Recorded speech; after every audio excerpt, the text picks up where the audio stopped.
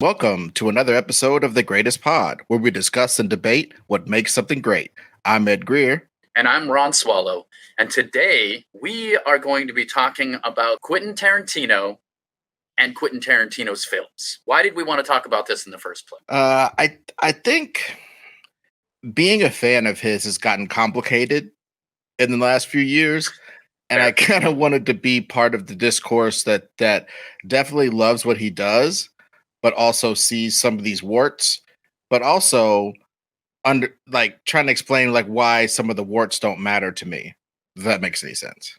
I mean, absolutely. I think Tarantino is another one of those movie makers and artists in general that as you grow older, you start to understand a little more of what they're doing. Because I remember when I first was seeing Tarantino in the movies, I was just like, wow, this is like weirdly timed. I mean, because I saw Pulp Fiction before I saw anything else. When I saw this movie and it moved back and forth in time and then put everything together all at once, to me, it was mind-blowing and interesting. But that actually came a little bit later because at the time I was just like, this is so edgy because I was a kid and edgy stuff was interesting to me. I loved Dennis Leary.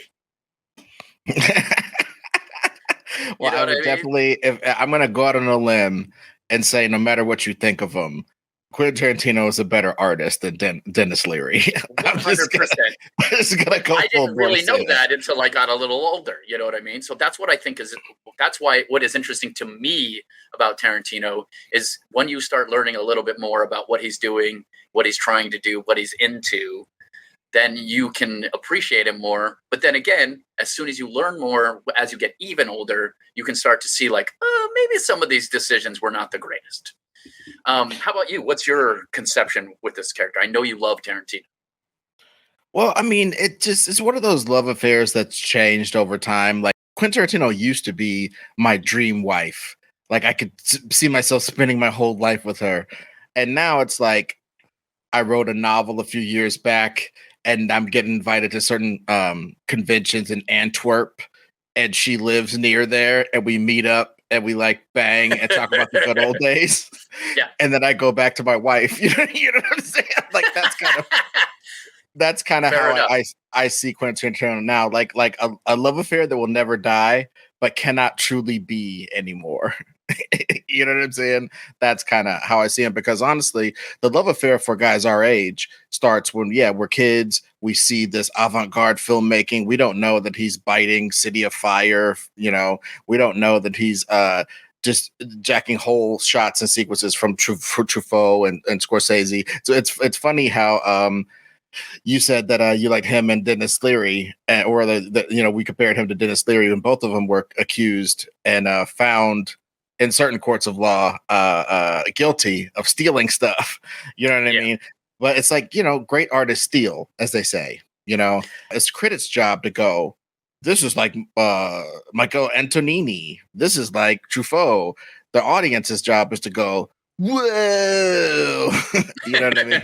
So it's just one of those things that's interesting that when you're really looking at an artist and trying to see what they do, look, let's not pretend we're not inspired by different comedians or comic book artists or any of that stuff, because that's silly. And I guess there's a line between being inspired by and stealing whole shots from. But where is the line when it comes to those things? If you make something that's great and an homage and a great homage to what came before. I mean, half the really good music out today is borrowing from 3-Bar Blues or taking samples of old music and putting it together to something that makes it something a little different and makes it their own thing. So I and I appreciate that stuff as much as I appreciate the original works. Well, so arguably it's not a bad thing. It's just building upon the shoulders that came before us. Well, yeah, and that's kind of how I settled into thinking about it. Before we lose all the Tarantino stands, that's how I've settled into thinking about it. Because again, good artists borrow, great artists steal, and nothing is new, under the sun. If you say that John Huston made it up, then that means Oscar Michaud made it up. You know what I mean? If I were to just try to put it succinctly why he is great, it is that he is one of the last actual voices. Let's say you don't like that voice. That's fine. But he's an actual voice, you know, and not in the way that like Zack Snyder is, and not in the way that a lot of these guys are, because he writes every single sentence that he puts on that screen, that he films all of it on film with people he's been working with for 15 years. And he makes these things. I don't want to bring up shit ass Woody Allen, but before everybody found out he was a piece of shit, if you just look at the body of work, he did a film a year with the same people, got the best actors of all time every year to do 1 to 2 pictures a year with him for 30 years. Yeah. And Quentin Tarantino kind of took that as, I'll do a third of that work and make all of it hella good. And this concept of him just doing 10 films and getting out because he thinks directing is a young man's game and you start to parody yourself after a little while, that's fucking great. The thing about him being one of filmmakers, some of them douchey like Chris Nolan, but like Chris Nolan, him, Paul Thomas Anderson, the fact that they're trying to save film as a medium because it's like video with a little bit of scratchy shit put on it digitally is not fucking film. It doesn't look the same. It doesn't feel the same. There's something archival about it. And the people who say fuck film, why don't we just fuck paper then? Yeah. Like for real. Let's fuck paper. Let's fuck dude. Actual books. Let's fuck everything. Okay. You know watch your mouth about the books, okay? Now, no, you want to get rid of handwriting? I'm personally fine with getting rid of handwriting. I'm just saying. But you know what? You're right. And I'll tell you, look, today I was at Target. I hear this girl and her friend complaining about stuff. I think maybe in college, could have been late high school. I can't tell ages anymore. But they're like, ugh, can't believe we have to read books. Who reads books anymore? And I just was like, oh no. Mm-hmm. Oh no. And look, I'm not saying that they're everybody because that seems unfair and Amazon sells a ton of books and to think that books are dead is maybe silly, but half the books nowadays are being listened to through audiobooks. There's a ton of people who don't read books. They listen to books. And I love the idea that an artist is going to try to save a medium that's special and interesting and has to be treated a specific way, because filming on film is not easy. There's a lot of work that goes into that. Editing becomes something completely different when you're using film. Well, and there's a formalism. There's a formalism to it. There's all that stuff you're saying. It's absolutely true. And I just think there's a different quality to the take that you get when you know you got 3 of them before the magazine runs out. You know what I mean? And you got to do it in this light. You have to do it in this light, or else you're not going to have some digital wizard come through and color time it to death to make it be winter when it's summer. You're not going to be able to do that as readily on film. He's an actual auteur, meaning he writes every single word and films the words that he writes. And he's one of the only people where it's like, I'm going to go see that new Tarantino. The Russo brothers have grossed as much as damn Jim Cameron. But you don't go see a Russo brothers movie, dude. They did Endgame. You know, that's not a fucking Russo brothers movie, bro. You know what I mean? And so I just think it's like we're starting to lose. That's why people are going so nuts over Denis Villeneuve, who did Dune and Blade Runner 2049. It's like, this guy's a true original voice. No, he just looks like he takes his time, and he looks like he gives a fuck about every single image, and he seems to have his own oeuvre that he shoots films about all the time. These sort of somber 3-hour tone poems about sci-fi concepts. That seems to be his milieu. You know what I mean? So it's like people are so starving for a new voice in film that they'll continue to go see Tarantino movies as he gets worse at making movies, by the way.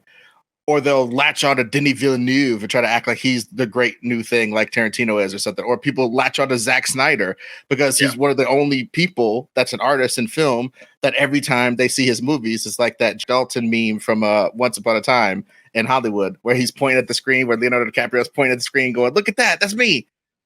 People are doing that with these people who aren't even really that great of voices, but they're just shit. The shit isn't cookie cutter. It's not all made by Disney. It's not all made by these guys and put through 57 tribunals to determine whether it's good or not, or whether it's sellable or not. He's one of the few people who it's like people go see it because they want to see anything he does, and that by definition makes him great. Do you remember how you were first introduced to Tarantino? Is this a thing you chose to do? Did someone take you to it? How did it happen? You know what? I think very early on as a kid, I became a Miramax dude. I would go see anything that Miramax did in their lives. If they wanted to do any movie, I would go see those movies. Some of them were Merchant Ivory ass movies with like, people standing next to cliffs for the whole fucking movie. And some of them were just weird period dramas and shit. And then I started to realize that they were like the A24 of their day, which sounds utterly ridiculous to people our age because Miramax and Merchant Ivory like pioneered a lot of what A24 seems to be doing, this sort of quirky brand filmmaking. But like Miramax was my shit, dog. And then because I would watch, my mom took me to see Clerks. My mom saw me react to the 37 dicks joke. You know what I'm saying? So that's how I was raised. So basically, it was another Miramax that was popping out, and Quentin Tarantino had such buzz. I was a film nerd already, basically, and he had such buzz as to like, dude, this is him getting like 3 times the budget that he was gonna get for his last movie and shit. And not that I knew about all that at the time, but I did know that this shit was supposedly like a new type of movie. It was like weird. Everybody was saying new and weird and da da da da da. And when I got up in it, it was like I've always been a fan of Richard Pryor, and like hearing Jules be what Richard Pryor was, which is basically talking like your black uncle. You know what I'm saying? Very few times I had ever seen somebody talk like my black uncle on screen. You know what I'm saying? I'd seen weird dudes like the computer expert and Die Hard and shit. I'd seen people in blaxploitation movies talk like so-called real Negroes or whatever. But straight up, Jules represented this this apex idea of a certain type of black dude, and this type of black dude, if he got into this type of criminal lifestyle in this larger than life pulp place, like you never, like if you go watch old movies like The Killing or whatever, where they'll have like these guys in black suits doing crimes, there's never no Negroes involved because they don't like them and they don't care about them. And when you see Reservoir Dogs, you see that gang is bereft of any black people because a lot of these criminal organizations are low-key racist, So we'll backtrack to that later to why I admire that film for its use of language. But Pulp Fiction just hit me right in the gut of like, it could be funny one moment and utterly violent the next moment, and then kind of heart-wrenching and like dramatic in the next moment. And then we can go right back to this great, basically inner city joke. And then we'll go right to white boys doing heroin and talk about, am I a nigga? Is this Inglewood? You know what I mean? Like you were able to traverse these different worlds, this different low-level criminal to high-level criminals to back alley hillbillies who sexually assault people. It was like, nobody had put a camera on that type of world to me at that time. I don't think a lot of people reacted in that way. They never saw this particular world. And especially when you're seeing that he's taking different parts from different movies and the plot about the boxer who doesn't throw the match. That goes all the way back to the origin of like Daredevil. That goes back to pulp novels that, for the 30s, for the 1910s and stuff. And he puts that plunk in the middle of a story. Then he puts this sort of go on a date with a gangster's girlfriend story in there. That's kind of just a funny, humorous anecdote type story. And then he puts in this like robbery plot where like you're robbing a place and then you run into some motherfuckers you shouldn't be trying to rob. And he just slapped those together into this cohesive movie. I had never seen anything like it, and I fell in love instantly. And it was one of the first screenplays I ever bought. I went to like Barnes and Noble or some shit, and I bought the book version of the screenplay, and I read it, trying to like see the movie over again in my brain. And it was the first time I'd ever done no shit like that. Yeah, that says a lot about it. I went with my best friend Lance, of course, and we saw it in the theater, and we realized we were probably not supposed to see it in the theater, but we knew the guy at the ticket stand, and he let us in. For one, like I said, all the cussing and the violence was like pretty, like it warmed my little edgelord white boy rollerblading heart. So, there was that. And then, like I said, like eventually as I got a little bit older, I was like, this is made different than anything I'd ever seen at this point. Like, I know that there's other movies that do something similar to this, but I didn't know at that point. At that point, I was pure consumer Ron. I was pure watch whatever movies came out. I only knew Star Wars and, Die Hard and a few other movies. I didn't know a lot about movies at all. So this movie was definitely made me go, wow, this is so interesting. And I checked out a lot of different movies because of it. So I think that that's something great as well, is that I think Tarantino encourages people to really check something out that they have never checked out before. Well, no, I mean, that's really fucking true when you think of the fact that he made Rolling Thunder Films, which was like a distribution arm for out of print movies that you wouldn't be able to see unless you were in China, or you had reel to reels in your basement, or you had that Betamax tape that was as big as a fucking football, somewhere in your basement, and he was responsible for introducing new movies from China, Korea, and the like to American audiences through that imprint. So yeah, he gave a fuck that he showed people movies that he ripped stuff off from, quote unquote, ripped stuff off from. You know what I mean? Who does that? Yeah. Yeah. But also, and one thing I just want to really just dive right into so that people don't think we're beating around the bush of it, because I think the controversy in regarding the language, like what's his name? Using the N-word all the time. Yeah, well, Spike Lee, and trigger warning, it might get used a couple times in this podcast. If you listen to this around your toddlers and you don't want them to talk like Sam Jackson, we'll fucking quit it. Thinking about all the different ways that word is used in there lets me know that obviously I hate when Black people try to give some white person, be it an artist or a person, period, this fake invite to the cookout, and it's like, oh, they got an invite to the cookout. You see a fucking little white girl with pigtails, crip walking on a TikTok video, and a bunch of Negroes under the comments talking about she's invited to the picnic. Number one, no, she's not invited to the fucking cookout based upon doing a dance. Number two, what the fuck are you talking about? It's not your house. You can't invite people over. Black people aren't some weird monolith. So I just want to make it very clear that I'm not doing that with Tarantino. But I am saying, if you just literally look at the different ways the N-word is used in Tarantino's movies, he understands Black people and has been around them a fucking lot. Because when Marcellus Wallace uses it, he says to Butch, you my nigga, meaning, are you the dude that's gonna do what I told you to fucking do? Are you my loyal soldier? And then when Jules is talking to Marcellus on the phone, he doesn't say, shit, nigga, that's all you had to say, which is what I would say to one of my friends who's told me he was going to help me out. But Jules goes, shit, Negro, that's all you got to say. I know, and every Black person listening to this knows the difference between saying, shit, Negro, that's all you had to say, and shit, nigga, that's all you had to say. They're different things being intoned. And then when you look at the scene where Quentin Tarantino himself says to Jules when they bring the body over to his house, does this look like dead nigger storage? And people was like, Jules is a gangster. He just shot a bunch of people for his boss. Why doesn't he just haul off and beat up Jimmy and shoot up Jimmy? Jimmy is a white boy that for this 5 minutes of his life has utter complete mastery over this Black gangster. This Black gangster has come to his house with a problem only Jimmy can solve. And Quentin Tarantino, whether he knew he was doing it or not, did what showed that a lot of white people who you think are good and think are your friends will say some fucked up shit to you if they feel that they have power over you and they get this license to do it for this one time.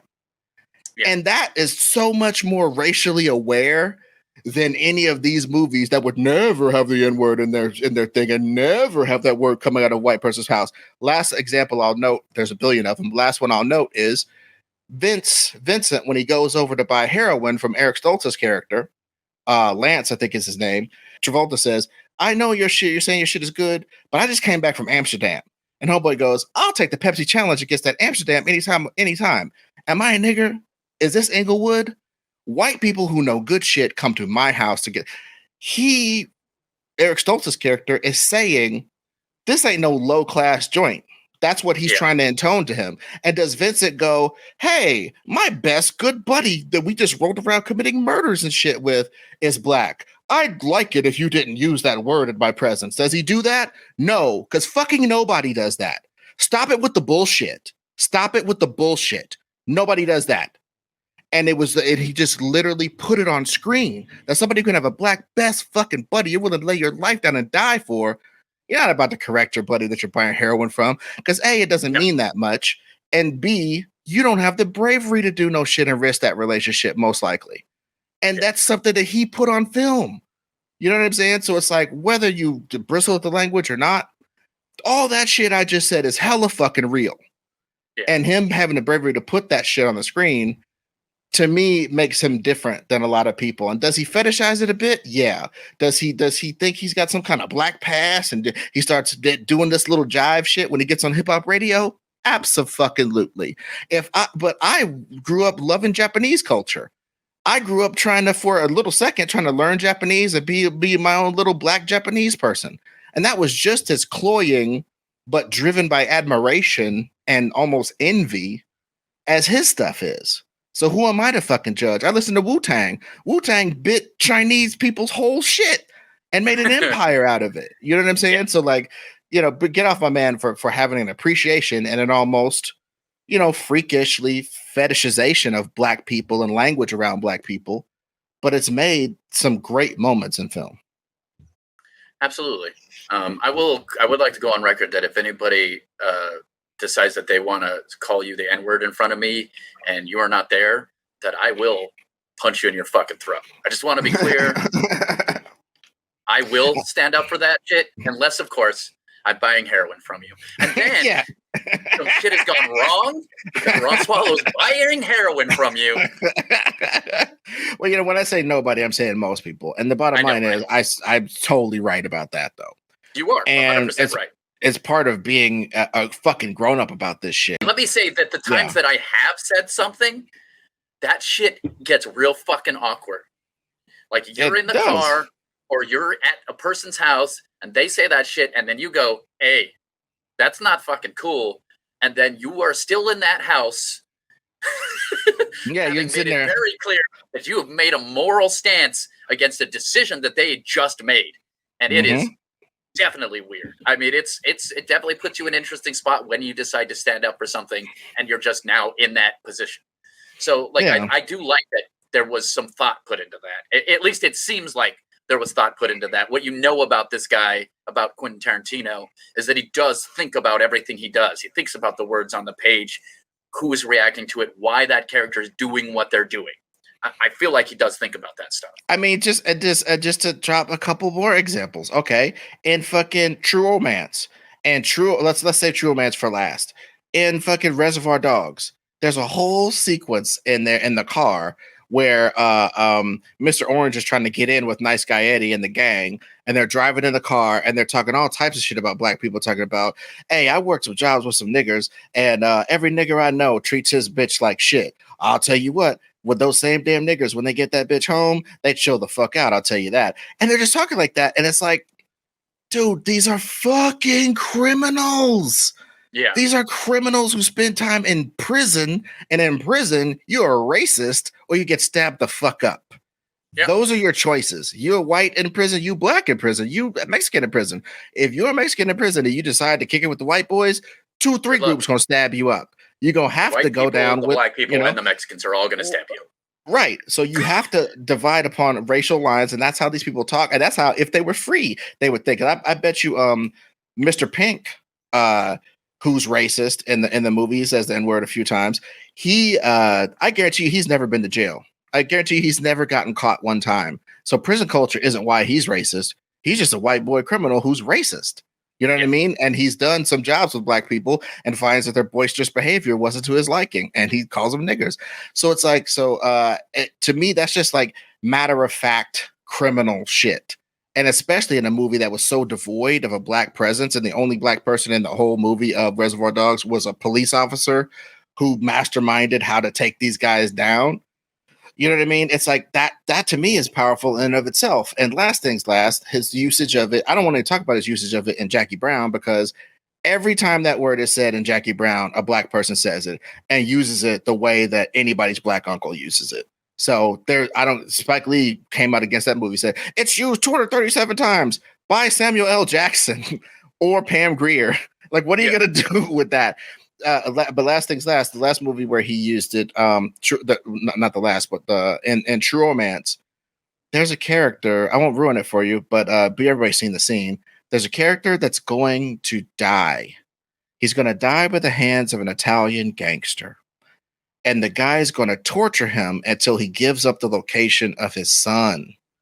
So, in order to make the gangster as mad as he could possibly make him, he makes a calculated decision to tell the Italian gangster the fact that Italian people with dark hair and dark eyes have black blood in them because the Moors conquered Sicily. He talks about how the gangster talks about, yeah, I'm from Sicily. I'm straight out of Sicily. Yeah, well, the Moors conquered Sicily and did so much fucking that your grandma had a half nigger kid and just laid it out for him. And the dude gets so mad, he shoots him in the head, and homeboy never has to give up his son. Now, his son's information gets out later, but he tried his damnedest in that moment. And let's say that he's a racist character.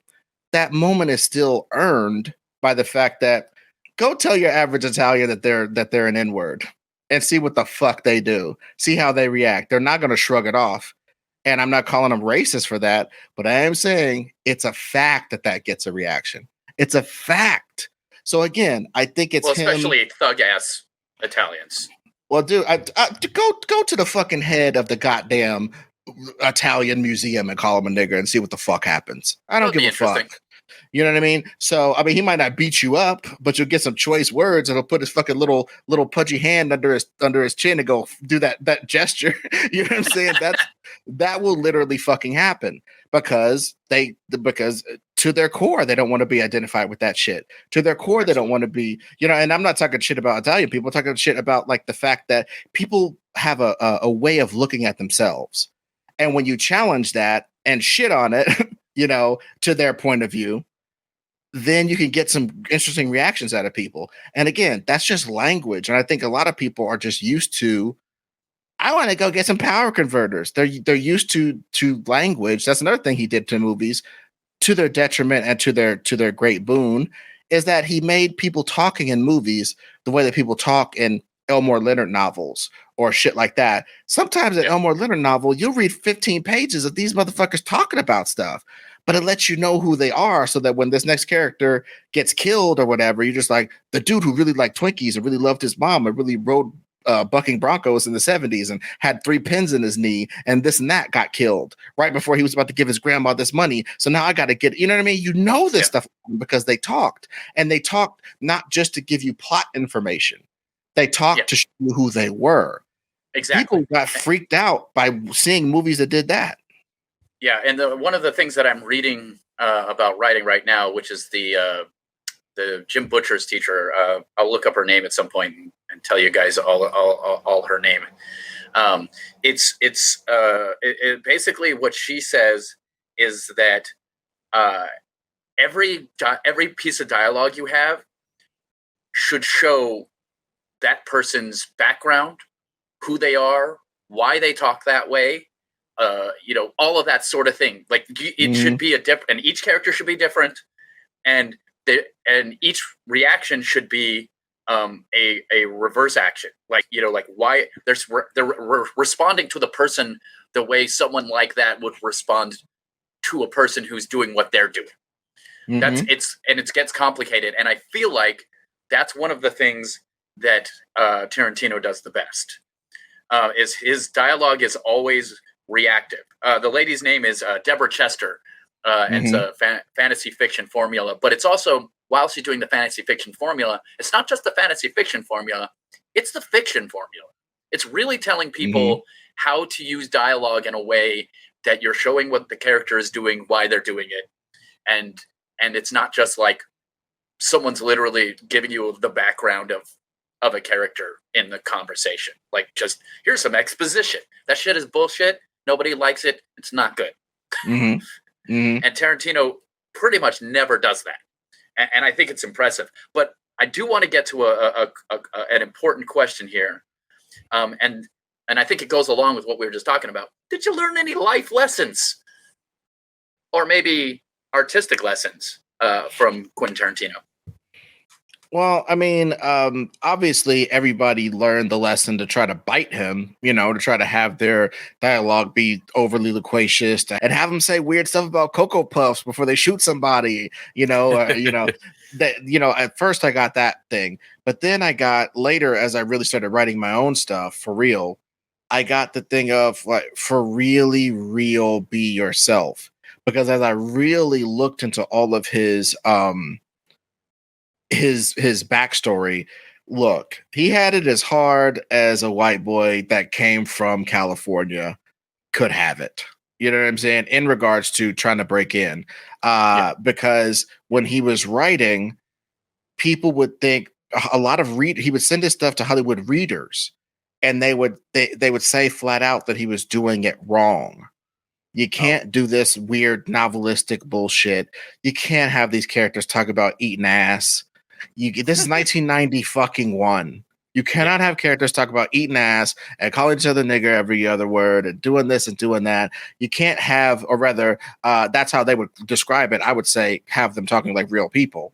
Either way, they would say stuff like, you can't do this. You can't. And I think there's a lot of stuff like, just really quick about me. I'm writing a movie right now that is a horror movie, but the monster is scientifically based. And I'm finding it so hard because if I just said that this particular monster in this particular low budget movie I'm writing is the ghost of the old time sheriff who, if I just was willing to do that, I would have the movie written already.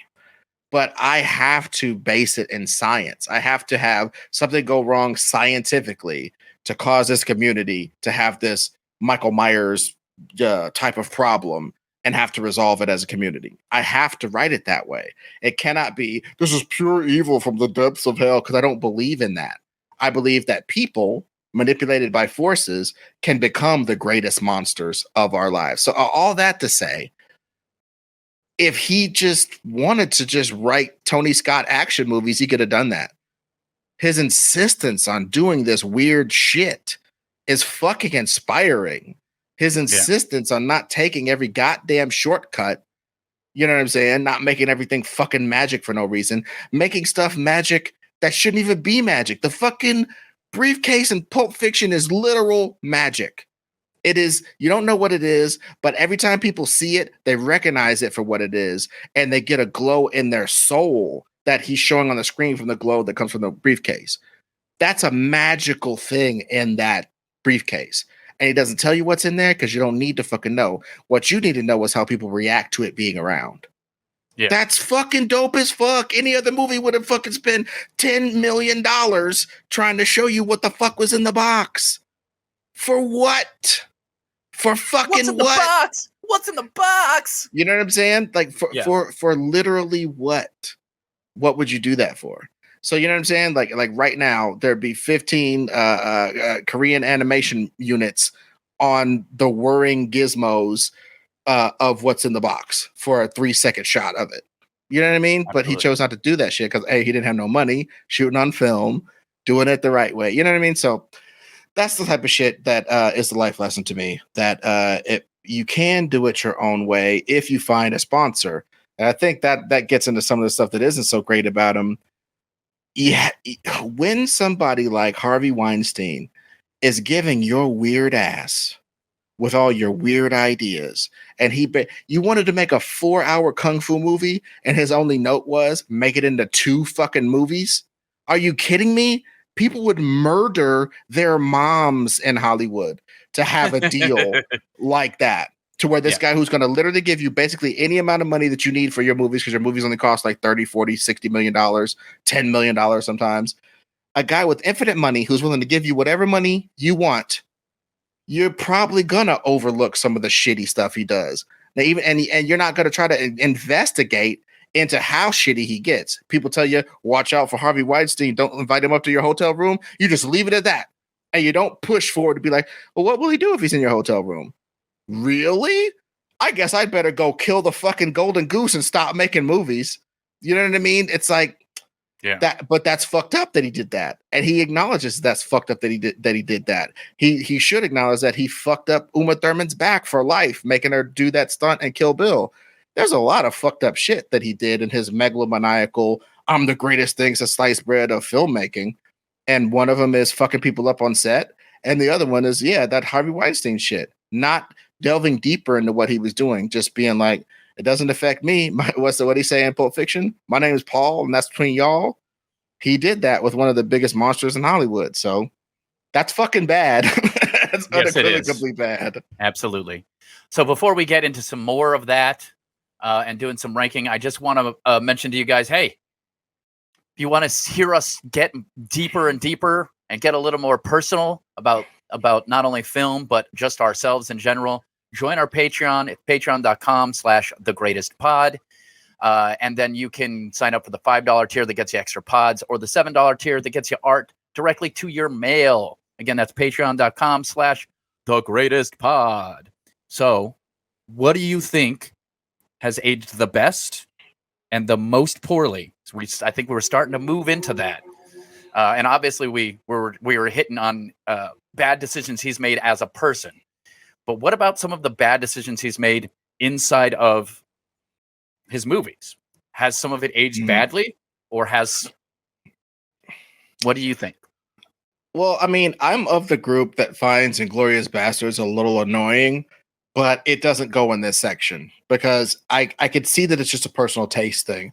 Him trying to like set up these long ass, like the scene where the German guys have the German guys have the good guys and they're in a tavern and it takes like 8 minutes and everybody ends up getting shot at the end.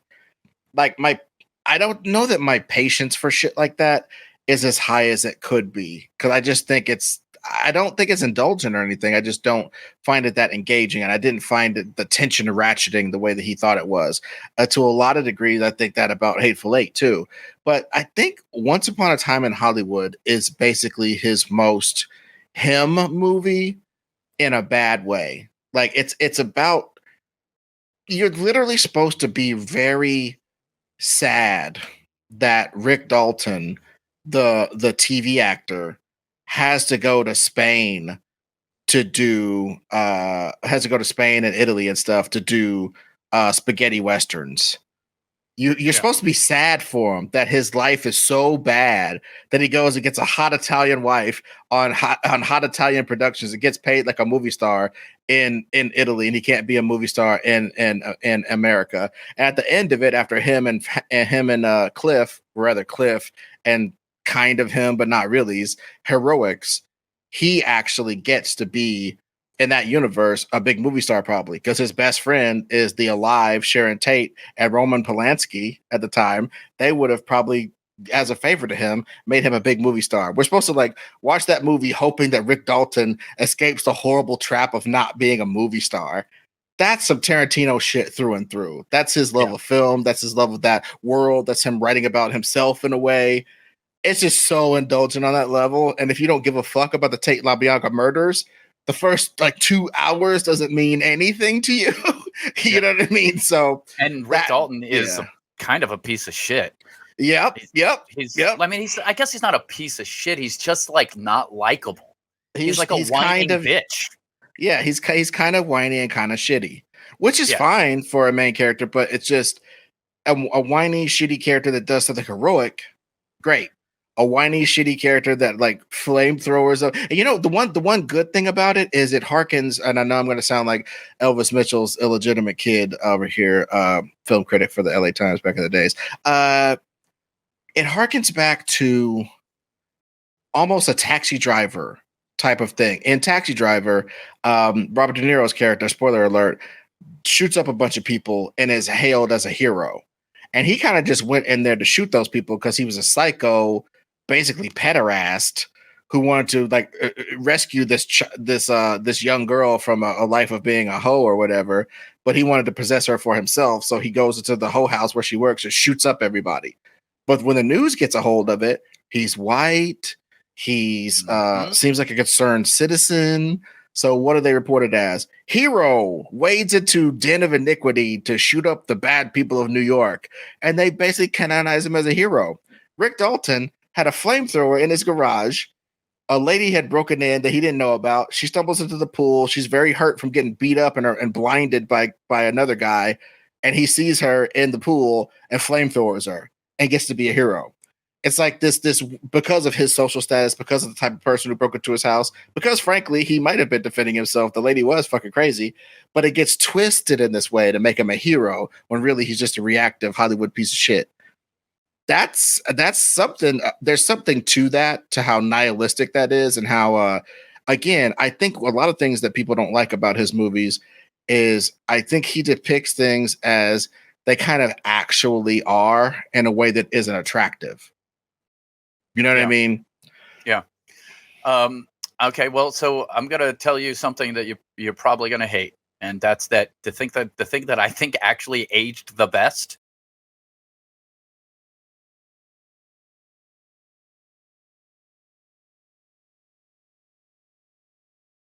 is From Dusk Till Dawn.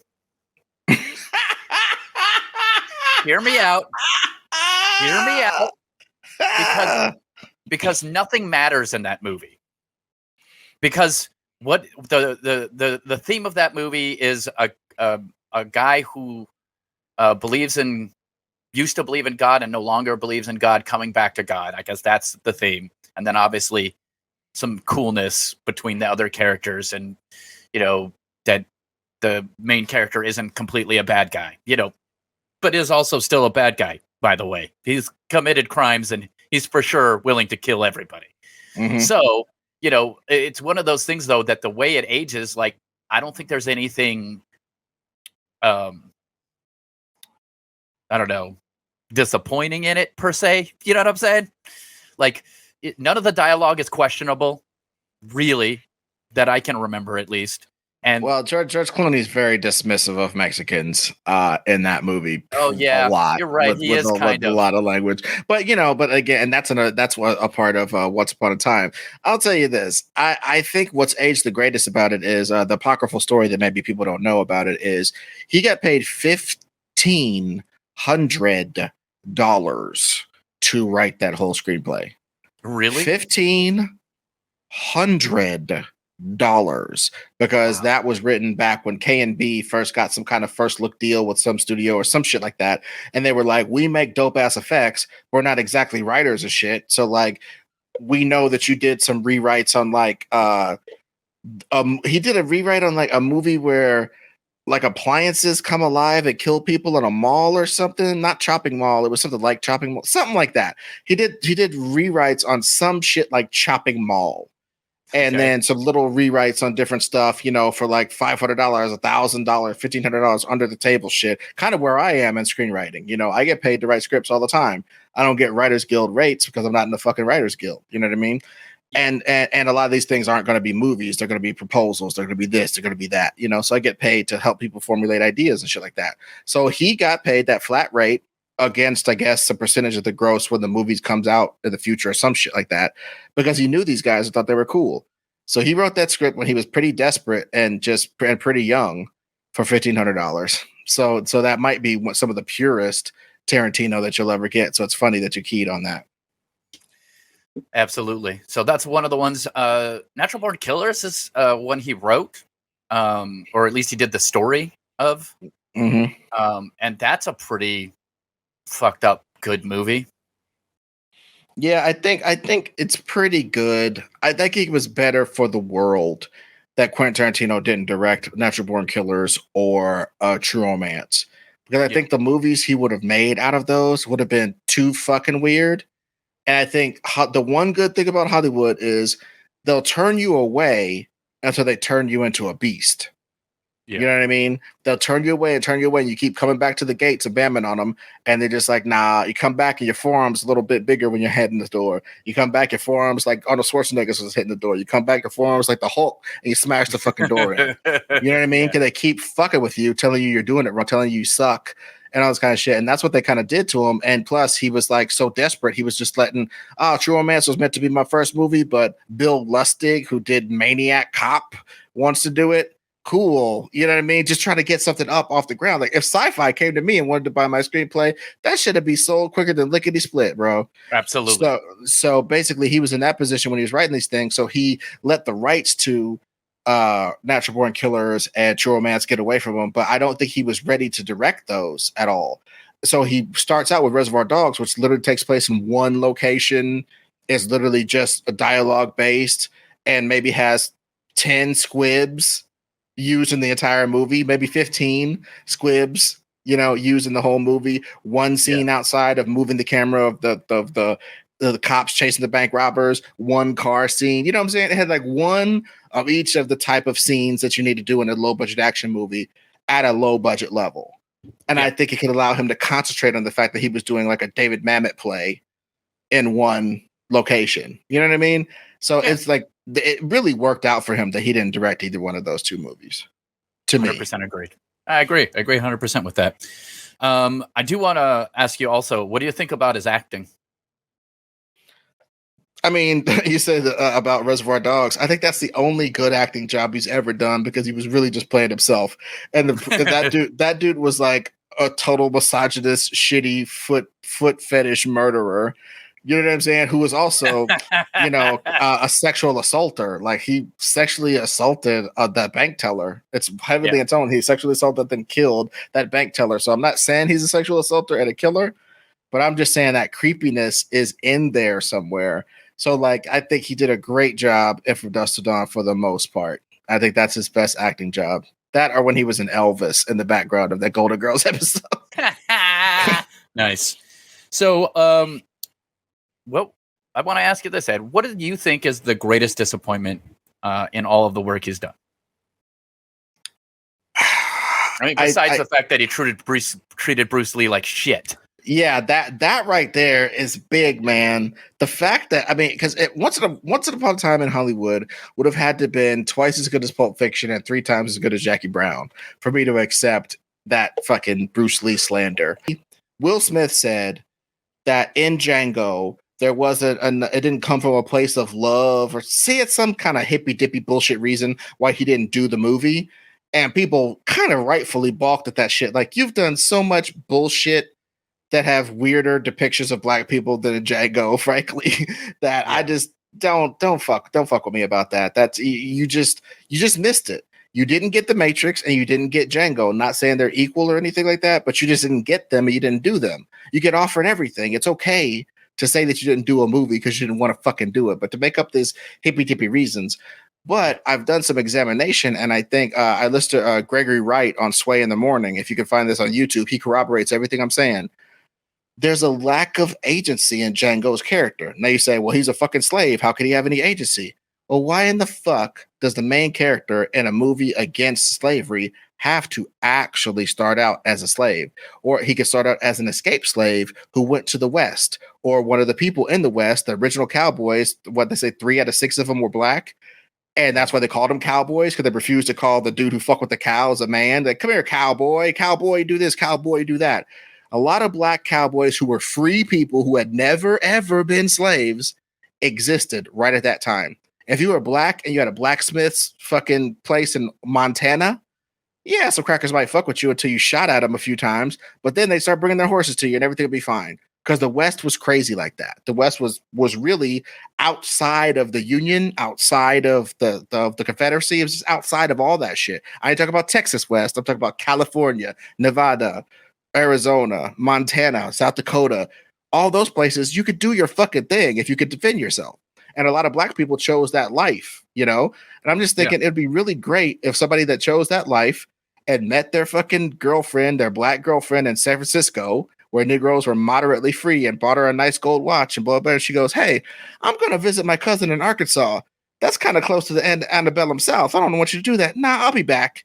And the bitch gets kidnapped into slavery. So this free black man and his crew of maybe black, white, Native American, whatever, his crew of people who busted Broncos with him, robbed banks with him, did whatever they did with him so he could get up his skills to be a hero, and has a posse of hero dudes with him, like Young Guns or whatever. They get a letter and they say, hey, your bitch done got stolen and she's a slave now on a plantation. And he goes, oh, no, she's not. And him and his boys go do the dirty dozen and go save her. And they end up dying. And then the third act of Django can remain the same. But I'm just thinking that would give him so much more agency. Other in the movie we get, this white dude hatches the plan. This white dude rescues him from the fucking chain gang. This white dude gives him some clothes. This white dude trains him up. Then this white dude fucks up the whole plan and gets him caught. And then he breaks out and does the shit. Why do you need all this white dude controlling the entire narrative for the whole movie if this is supposed to be the ultimate in black revenge? And again, it just fails to acknowledge the free black people that were around at that time. And I'm telling you, somebody from some free Negro from San Francisco going to antebellum South would have absolute culture shock at seeing this dehumanization. And I think that could have been a really nice point in the movie to show that a lot of people were freaked out by this dehumanization that was happening at that time. You know what I'm saying? So I just think that would make the movie better to me instead of it being such a, you know how black people are going to get free if good white people break their asses bending over backwards trying to help them do stuff. To me, that's not a very progressive message, bro. So that's kind of, if we're going to do fantasy, I'd rather my fantasy than his fantasy, because his fantasy seems to be, I fantasized that in that time there would be a white dude from Germany who would come do all this John Brown shit for one particular Negro and help him to save him. To me, that is a fantasy. What if that's the most fantastical part of all of it? Because Nat Turner killed him many a white man. So that part isn't a fantasy. Black dudes killing white people at that time and rebelling is not a fantasy. So if you're going to pick one fantastical element of it, it isn't even fantastical to have a free black person come down to the antebellum South to challenge that. That's not even fantastical. That's a fact that there are many free black people who could have done that. And it's a great story. My spiel. That's my spiel. I agree. I agree 100%. And I think you should make that movie. It's just my opinion. I think so. Write it right now. No, I really think so. So as we round out here, can we do a ranking? Like, let's do like what are your rankings from 1 to 9? Starting with lowest and going to highest. What are your rankings? And I'll give mine, and we can get up out of here. Okay, so let's see here. Okay, well, first, I think I'm gonna go Kill Bill 1 as the worst. Oh, as the last? That's maybe wild. I don't know. Like, are we going 9 to 1? Let me think about it for a second. Okay, I could go. Well, I'll do my 9. My 9 has got to be. I'm looking at his filmography over here as though I can't remember it. I gotta say, Death Proof is pretty low. I think Death Proof is definitely 9. You know, what, and I think, I think Death Proof is definitely 9. And I honestly think that Once Upon a Time in Hollywood or Hateful Eight is number 8. One of those is number 8 in my lowest. You know what I mean? Hateful Eight is a triumph of filmmaking and all this type of shit. I just think it was one of the few times him being real about the fact that, like, him being real about those times, I didn't like it. I didn't like the fact that the black dude was such a piece of shit, and that all the black people that ran Minnie's haberdashery got shot up and were killed up and stacked up like driftwood because, you know, of course these criminals wouldn't care about them. I didn't like how long it took for the mystery to come out. I thought the mystery was really dumb. And I just felt like it was like watching one of the student plays from Rushmore done really good. That's what the Hateful Eight seems like to me. And I know that's blasphemous, but that's what it seems like. Okay. I'm going to co-sign that. Death Proof is not great. Hateful Eight, I also agree. Once Upon a Time in Hollywood. Then I'm going to go, I think my top 3, I just want to say my top 3. And that's probably going to be Jackie Brown, Pulp Fiction, Kill Bill 1, Kill Bill 2 will be in the middle somewhere, like 5 or something like that. Reservoir Dogs be in the middle as well, and Inglourious Basterds middle as well. I think that's where I'm at. Yeah, my top Kill Bill and them are in the middle, so I'll do my top 3. I think still are Jackie Brown, Pulp Fiction, and Reservoir Dogs. Reservoir Dogs not number 1, but like I think top three, maybe Kill Bill Volume 1 sneaks in every now and again and beats up Reservoir Dogs. So Reservoir Dogs has to go down to number 4 or 5, something like that. Yeah. Occasionally something like that happens in my mind when I'm ranking. Inglourious Bastards is somewhere in the middle, as is Django. But yeah, top ones, Jackie Brown number 1, Pulp Fiction number 2, Reservoir Dogs number 3, Final Answer. And the reason why I just do that is, to me, Pulp Fiction is so groundbreaking and super fresh. Reservoir Dogs is such a triumph of like 1 location filmmaking, 1 to like 5 location filmmaking. And Jackie Brown, to me, is emotionally resonant in a way that most Quentin Tarantino movies aren't. There's something to the fact that this is the first time he actually picked a protagonist that's actually virtuous, if you notice that. And even she's kind of dirty. Like, she plays like a stewardess that used to go out used to be married to a pilot who was a cokehead and was running drugs, and she got busted. So her life got fucked up to where now she can only get a job as a stewardess on the worst airline in the nation, traveling just from here to Cabo San Lucas. And that's the only trip they make. And she makes $14,000 a year, and she's 44 years old, and she's just trapped in her life. And she gets a chance to come up on like $500,000, but she has to weave her web against all these criminal elements and basically outwit the FBI and the ATF and the local police and a gangster that wants to kill her and other gangsters that want to take that gangster's money and all this shit. And she has to really work out how she's going to do this, her and a bail bondsman buddy that gets her out of jail. And they really work their plan, and they like succeed on this level that I think she could never have dreamed of, because she never had the guts to really grab that brass ring. The first time she tried to grab it with her husband doing the drug running, she got knocked down so hard that it took her 20 years to recover. You know what I mean? So it's like somebody taking that last grasp at the brass ring and getting it. It's not like most of these other tales of like, and I guess Django is also similarly not a bad person. He was enslaved. He got out of slavery and enacted his justice and revenge. But so him and Jackie Brown are like the only 2 virtuous characters, all the way virtuous characters in any of his movies, really. You know what I mean? So I think those 2 movies have a place in my heart for that. But yeah, long story boring.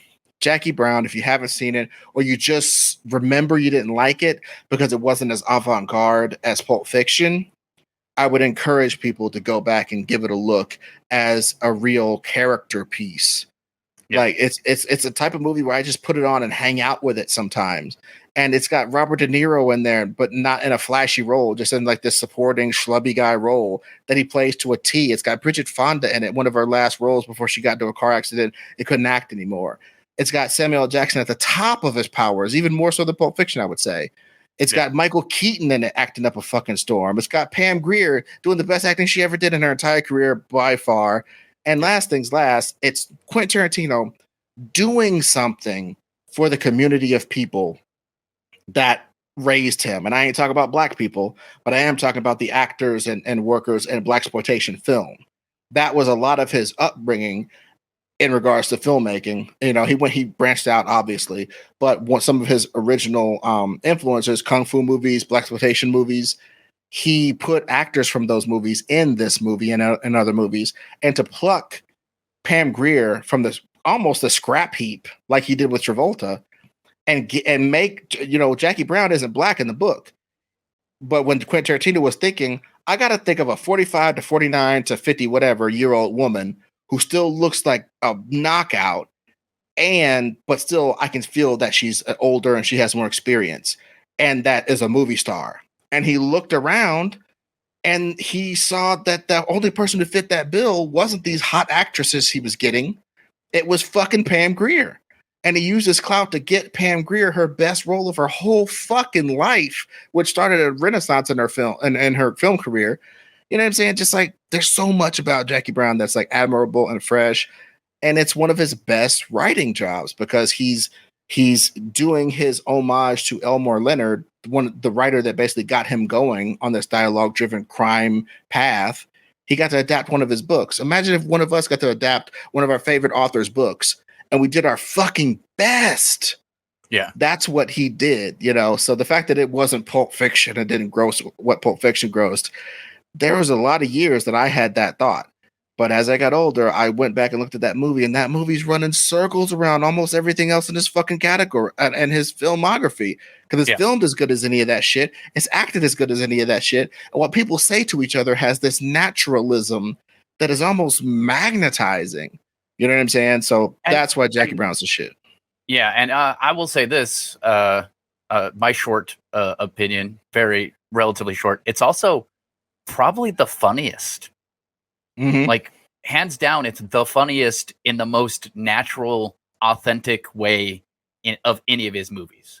There's a lot of outlandish comedy and a lot of outlandish stuff that he's had in there that you get laughs because it's so ridiculous.